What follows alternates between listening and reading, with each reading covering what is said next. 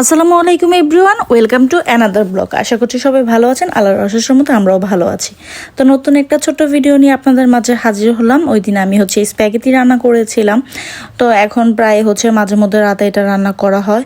তো চিকেন দিয়ে কিভাবে রান্না করলাম তো সেটাই ছোট্ট করে আপনাদের সাথে শেয়ার করব। আশা করি ভিডিওটি সম্পূর্ণ দেখবেন। তো আমি এদিকে কিছু ভেজিটেবলস কেটে নিয়েছিলাম, গাজর, তারপরে ক্যাপসিকাম, ব্রকলি, পেঁয়াজ, কাঁচামরিচ নিয়েছি। আর এখন একটা প্যান বসিয়ে দিয়েছি, এর মধ্যে একটু বাটার দিয়ে দিলাম, সাথে সামান্য পরিমাণ তেল অ্যাড করে দিয়েছি। আর ওইদিকে আমি কিছুটা চিকেন আগেই ম্যারিনেট করে রেখেছিলাম, সয়া সস, ওয়েস্টার সস, স্বাদ মতো লবণ, হলুদ মরিচের গুঁড়ো, একটু গোলমরিচের গুঁড়া দিয়ে ওটাকে আমি মেখে রেখেছিলাম প্রায় আধা ঘন্টা 1 ঘন্টার মতো। দেন এটাকে আমি এখন একটু ভাজা ভাজা করে নিব। এর মধ্যে পেঁয়াজ আর কাঁচামরিচটা অ্যাড করে দিব। তো এভাবে রান্না করলে দেখা যাচ্ছে যে সবাই খেতে খুব পছন্দ করে, তাই মাঝে মধ্যেই আমার এটা রান্না করা হয়। সপ্তাহে 2 একবার তো রান্না করাই হয়, কোনোদিন চিকেন দিয়ে, কোনোদিন বিফ দিয়ে। তো ওই দিন চিকেন দিয়ে করতেছিলাম। তো পরে গাজরটা দিয়ে দিলাম, দেন একটু টমেটো, এখানে 3-4টার মতো বড় সাইজের টমেটো কেটে দিয়েছি। তো টমেটোটা দিলে কালারটা খুবই সুন্দর হয়। এখন আমি ব্রকলি আর ক্যাপসিকামটা দিয়ে দিব।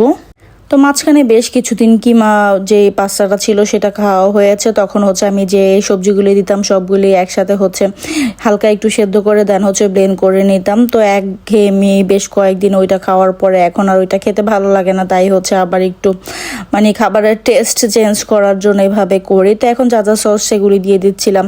সয়া সস দিয়েছি, তারপরে দিয়েছি oyster sauce, chilli sauce, garlic sauce, tomato ketchup, সব কিছু দিয়ে এখন এটাকে আবার একটু মিক্স করে নেব। যেহেতু ব্রকলিটা ফ্রোজেন ছিল তো সেটা থেকে একটা পানি উঠেছে। তো একদম এটাকে আমি গলিয়ে নিব। তো একটু পরপর নাড়াচাড়া করে দিচ্ছিলাম যাতে গলে যায়। আর গলে গেলে দেখা যাচ্ছে যে আজান সাজেল দুইজনই খাবে, তা না হলে তারা আবার এগুলি বেছে বেছে রেখে দেবে। তো এই তো চিকেনটা রান্না হয়ে গিয়েছে। এদিকে আমি পানি বসিয়ে দিয়েছিলাম সামান্য পরিমাণ তেল আর লবণ দিয়ে। যখন একটু বলক চলে আসছে তখন আমি স্প্যাগেটির স্টিকগুলি দিয়ে দিলাম। তো এগুলি 11 মিনিট সেদ্ধ করা লাগে। তো আমি পুরোটাই সেদ্ধ করে নিব। আর সাজালের বাবা যদি রান্না করে তাহলে সে সামান্য পরিমাণ পানিটা রেখে দেয়, সুগোটা, তো সেটা দিয়ে মিক্স করে। আর আমি যদি রান্না করি তাহলে পুরাটাই ফেলে দেই। তো আমি পুরাটা বয়েল করে দেন একদম চালের মধ্যে ছেঁকে নিয়েছি। এখন এটাকে মিক্স করার পালা।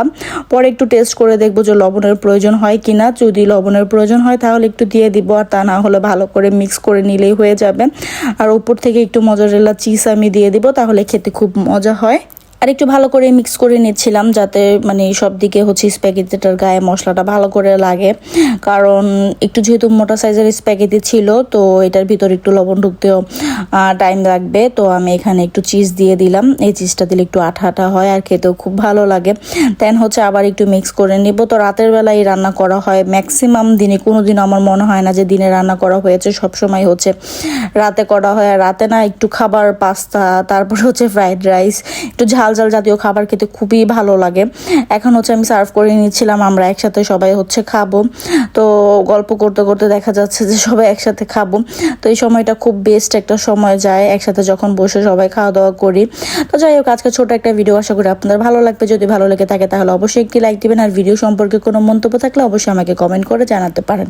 ফেসবুক থেকে দেখে থাকলে অবশ্যই ফেসবুক পেজটিকে ফলো করে দিবেন। আর ইউটিউব থেকে দেখে থাকলে অবশ্যই ইউটিউব চ্যানেলটিকে সাবস্ক্রাইব করে দিতে পারেন। ভিডিওটি দেখতে যদি ভালো লেগে যায় প্লিজ ভিডিওটিকে শেয়ার করে দিতে পারেন যাতে অন্যান্য মানুষও দেখতে পারে। তো ওইদিকে সাজালার বাবা আবার একটু সালাদ কেটে নিয়েছে। এখানে দিয়েছে শসা, তারপরে দিয়েছে টমেটো, পেঁয়াজ, কাঁচামরিচ, আর লেটুস পাতাটা দিয়ে একটু লবণ, একটু লেবুর রস আর অলিভ অয়েল দিয়ে সেটা নিয়েছে। খুবই ইয়াম্মি হয়েছিল ওই দিনের ডিনারটা। আজকে এই পর্যন্ত, আল্লাহ হাফেজ।